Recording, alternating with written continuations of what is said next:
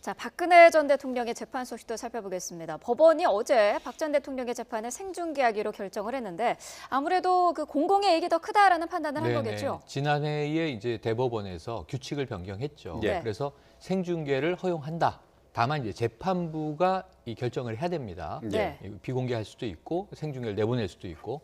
그런데 지금 몇 번 기대가 있었어요. 첫 번째는 이제 최순실 씨의 1심 판결. 그리고 두 번째로는 이제 이재용 삼성 부회장의 이제 판결. 그런데 다 불허했습니다. 네. 불허의 이유들이 있었는데요. 최순실 씨는 피고인이 동의하고 있지 않다. 예. 그래서 이제 최순실 씨의 입장을 상당히 배려한 이제 그런 그 분위기로 제스처로 얘기를 했고요. 그리고 또 이제 이재용 삼성 부회장의 경우에는 이 생중계로 얻을 공익과 그것으로 타격을 입을 피고인의 손실을 견주어 보니 예. 손실이 더 큰 것 같다 이런 판단이었어요. 근데 최순실 씨, 이재용 부회장 모두 다 피고인에 대한 배려가 더 컸다라는 점에서 아쉬움을 남겼는데 이번에 이제 박근혜 전 대통령의 경우에는 어쨌든 이 모든 국정농단 사건의 정점이고 바로 이제 현직 대통령에서 파면을 당해서 이 상황까지 와 있는 상황입니다. 그러다 보니까 생중계를 할 수밖에 없는 그런 재판으로 보여지고요. 결국은 생중계를 이제 허용을 했고 예. 내일 모레 오후 2시 10분부터 이제 열리는 재판의 판결 부분을 우리가 생중계로 보게 되는데 예. 네. 문제가 있죠.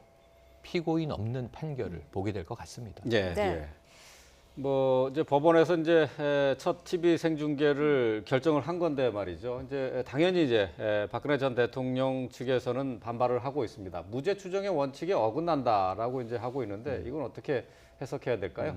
그렇습니다. 말씀하신 것처럼 작년 8월에 대법원이 재판 방청 및 공개에 관한 예규를 변경을 해서 아까 말씀드렸듯이 대법원은 지금 벌써 선고가 공개된 케이스가 많습니다. 네. 대법원 이외에 1심, 2심, 하급심에 있어서 형사사건 판결 선고 같은 경우에 이제 말씀드렸듯이 공익적 필요가 있을 경우에는 예. 공개할 수 있다. 이렇게 지금 그 규정을 바꿨는데 지난 그 최순실 씨에 대해서 공개하나 했는데 그러지 않았고 이재용 부회장에 대해서 공개하나 했는데 거부하고 있다라고 하고 그 사람들이 공적 인물은 아니지 않습니까? 그렇기 예, 때문에 예. 그 부분에 대해서 공개를 안 했습니다만 이번 같은 경우에는 이른바 공익이 뭐겠습니까? 국민의 알 권리가 이 그 박근혜 전 대통령의 명예권 내지 무죄 추정에 따르는 그 피의자의 방어권을 둘 다 저울질을 했을 때 우리 예. 국민의 알 권리랑 공익이 좀 더 크다라고 지금 판단을 해서 공개를 한 것 같습니다. 네. 어쨌든 우리나라 사법 역사상 최초로 하급심 형사사건 판결 1심 선고가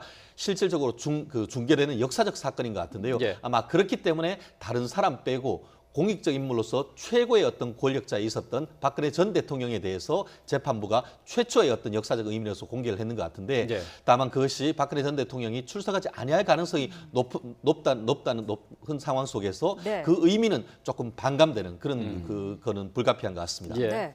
박 전 대통령 측에서는 또 그 최순실 씨와 이재용 부회장과의 그 형평성 부분도 언급을 했거든요. 이 부분은 어떻게 볼 수 있을까요? 그렇습니다. 말씀드렸듯이 형평성이라든가 아니면은 그 헌법상에 보장되는 무죄 추정 원칙, 누구나 그것은 법 앞에 평등하기 때문에 그냥 길거리에 다니는 사람들이건 아니면은 그 최고 권력자이건 동등하게 인정돼야 되는 것은 맞습니다. 네. 하지만 그럼에도 불구하고 공익상 필요를 비교 형량했을 때 저울에 달아봤을 때 이 정도 사건이라고 한다고 하면은 법원에서 설령 일부 그 피고인의 헌법상의 기본권이 조금 제한된다 하더라도 이 정도라고 하면 국민의 알 권리라는 측면에서 공개하는 것이 맞다라고 판단을 했습니다. 아마 이 부분에 대해서 경우에 따라서는 이 그 변호인들이 공개하는 결정에 대해서 공개하지 말도록 하는 어떤 그 이의 제기할 가능성도 없진 않습니다만 현실적으로 그것이 받아들일 가능성은 높진 않습니다. 그렇기 예. 때문에 예. 다가오는 4월 6일 오후 2시에는 1심 판결이 공개되는 생중계되는 모습을 볼 수 있지 않을까 생각합니다. 네.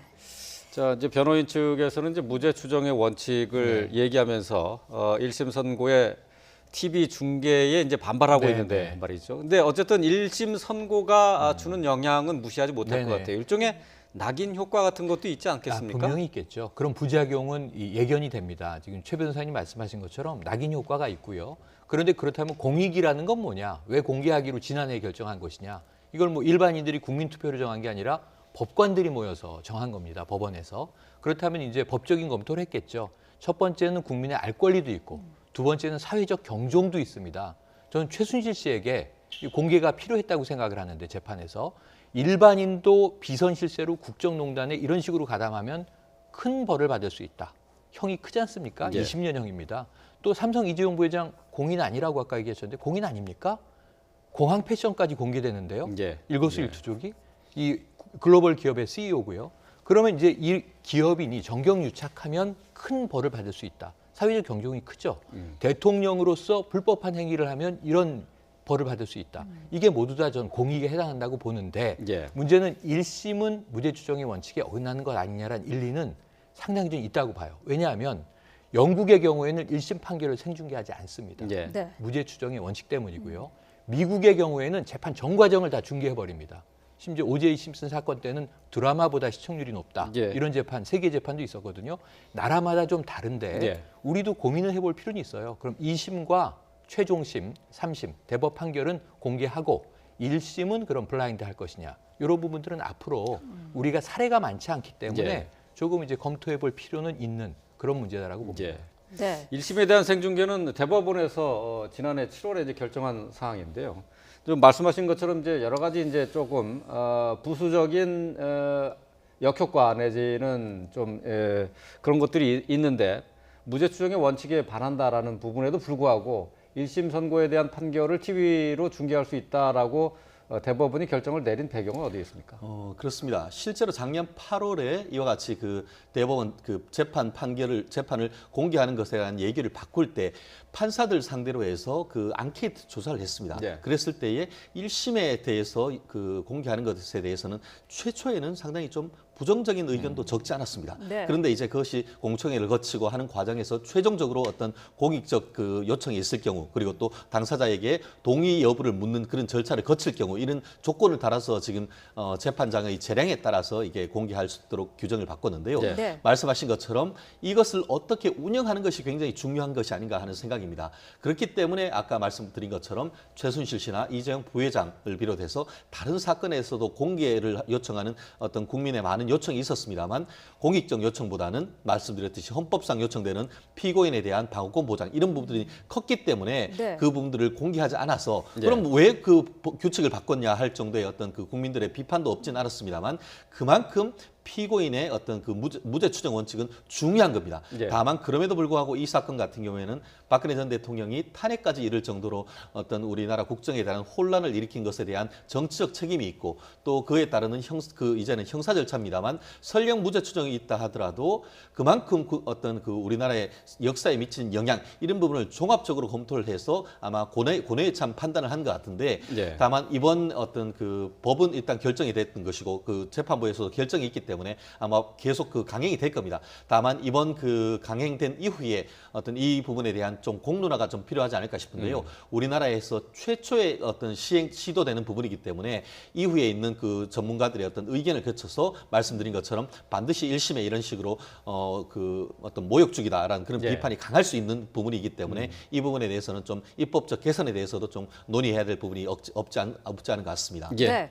내일 모레 2시에 1심 재판이 열리는 건데 박 전 대통령은 말씀하신 것처럼 불출석할 가능성이 높은 상태인데요. 재판은 어떤 식으로 좀 진행이 될까요? 그렇습니다. 결국은 그 피고인에 대해서 소환장을 재판부가 보냈을 겁니다. 네. 그런데 그럼에도 불구하고 지금 이미 사실상 재판에 나가는 것을 거부했습니다. 그러니까 강제적으로 구인해오지는 않을 것 같습니다. 예. 아마 지금 그 다른 사건 같은 경우에는 그 재판이 시작될 때 선고 기일에 그 먼저 그 선고를 하고 난 다음에 이어서 다른 사건을 진행하지만 네. 이 사건은 굉장히 역사적인 사건이기 때문에 아마 제 미루어 짐작컨대 5 사건 다른 것 하나도 없고 단 이 사건에 대해서만 그 선고 기일로 지정됐을 것 같은데요. 일단 재판이 시작될 경우에는 재판장은 사건 번호와 함께 피고인을 네. 호명을 하고 네. 그리고 없을 경우에는 없다 하더라도 이제 재판을 선고가 진행이 될 텐데요.